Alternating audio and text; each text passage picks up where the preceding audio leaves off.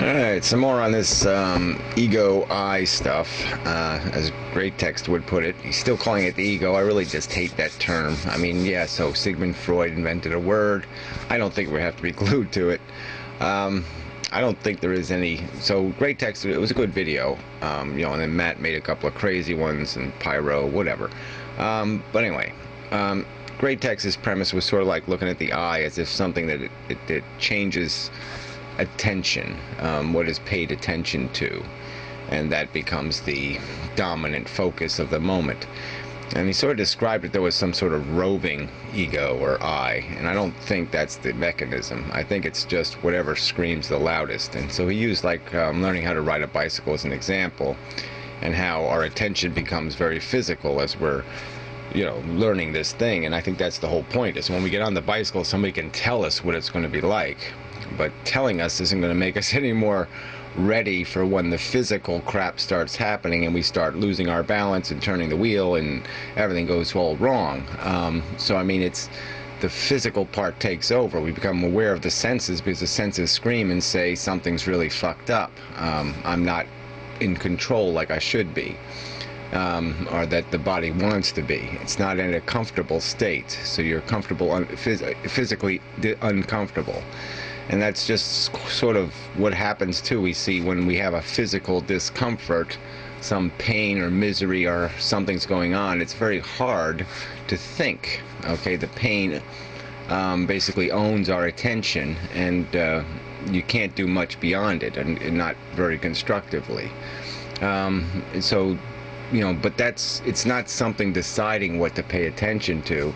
It's whatever the brain allows to be the priority. And so maybe it has 4 different gates, and whatever's the heaviest at each gate falls through, or however that works. But it's not something pointing at something, it's something falling out of this net. Let's say the net holds 1,000,000 things, and so 5 things will fall through the net at a time if they're heavy enough, or they have scissors, or whatever the catch is. And those are the things that we'll consciously be aware of. And I think it's more something like that. There's things that are cycled in our head, and they become, they're patterns of thinking, and the connections are made between them. So there's stuff that our psychology ends up becoming dominated by, because it ends up connecting to almost everything. So we could have some philosophical concept, and it'll almost get connected to everything because it will make itself known in as many conscious moments as it possibly can. And by doing that, it ends up connected to almost any experience or anything. And they're the dominant parts of our psychology. So to me, the ego is just made up of these little programs, little short programs.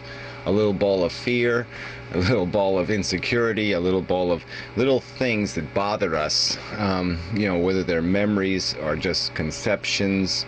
I got a list of them by, it's priorities, sensibilities, our weaknesses, desires, revulsions, likes, dislikes. However you want to describe fears. These are all little programs running in our psychology, and they have moments where they're triggered because of a connection, that they make to the verbiage that we speak, the symbols that we see, and then they'll pop into our consciousness because they're now have sufficient weight, because that little trigger has given them that little extra weight to say, yeah, push that concept back through again. So anyway, something like that. And then the programming takes place the same way, is as the concept becomes in the focus of the ego, the consciousness, it is augmented by these new connections. And so it's expanded and refined, because the new connections that can be more dominant than the old connections. And so the concept itself can move through our brain and acquire a refinement and get cleaner and cleaner, and our understanding, our our ability to convey the conception becomes more and more articulate as we practice it. And it's the same way just as learning to ride the bicycle. It's a refinement of the reflexes.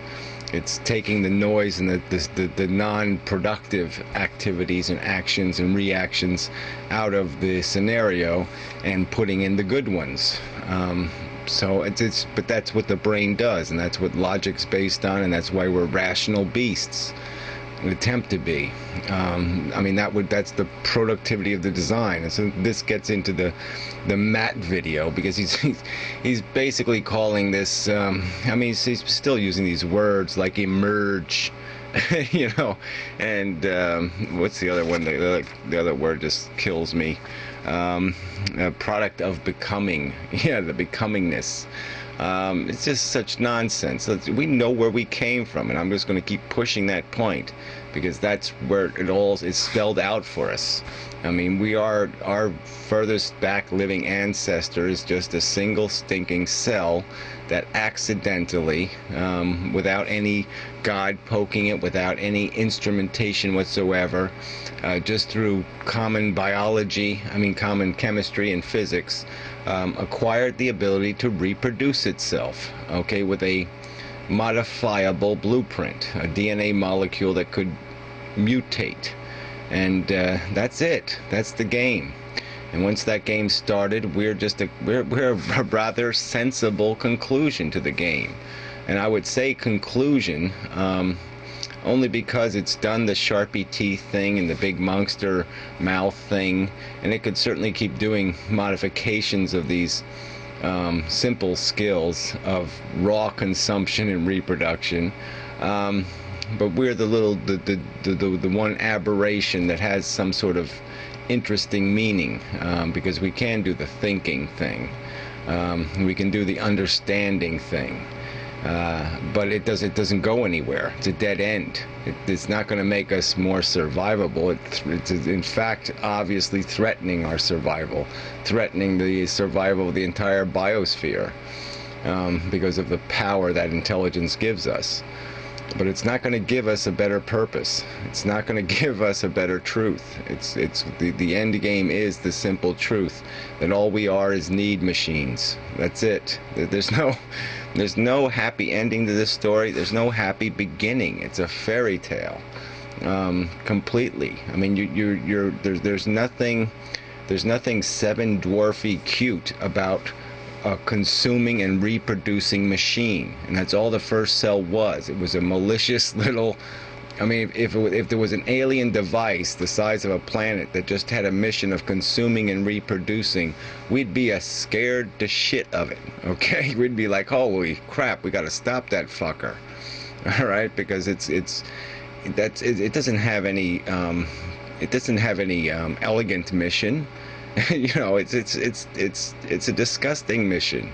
It's just a destroyer, a consumer, a monster, and we're just, a fancier version of the same thing. All we are is in need of something else to satisfy us, something to consume, to decompose, to destroy. To satiate the built-in programming that drives us.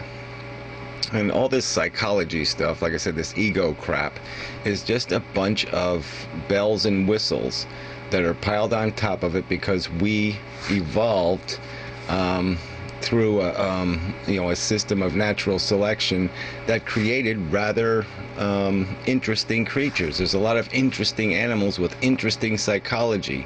I mean, there's little birds that just pick up a lot of blue stuff and build a little nest out of the blue stuff to make the female happy and to get their, as their bribery for sex. And there's lots of animals doing lots of silly things. And they're all just silly things. They're all just contrivances that happen to work in particular environments in making the organism more successful at consuming and reproducing. And that's it. So as much as you want to keep framing this thing in some sort of, better story, there's no better story. We're just a bunch of programmed matter little machines roaming the universe, or roaming this little bit of the material universe. And we're not. There's nothing to be accomplished here. There's just these mechanisms to be satisfied. That's all. We're just satisfying demands of complex bundles of matter, and their programmed mission, their simplistic, idiotic, stupid mission of, yes, I exist now, more of me must exist, kind of bullshit. There's just nothing elegant in this thing. It is crude at its roots, and it's just these facades. It's just this skin and the little bullshit that we've become, that we find attractive or interesting or endearing or cute, but it doesn't have anything to do with the reality. The reality is a machine, a terminator. Okay, that's what's underneath our skin. That's what our psychology is.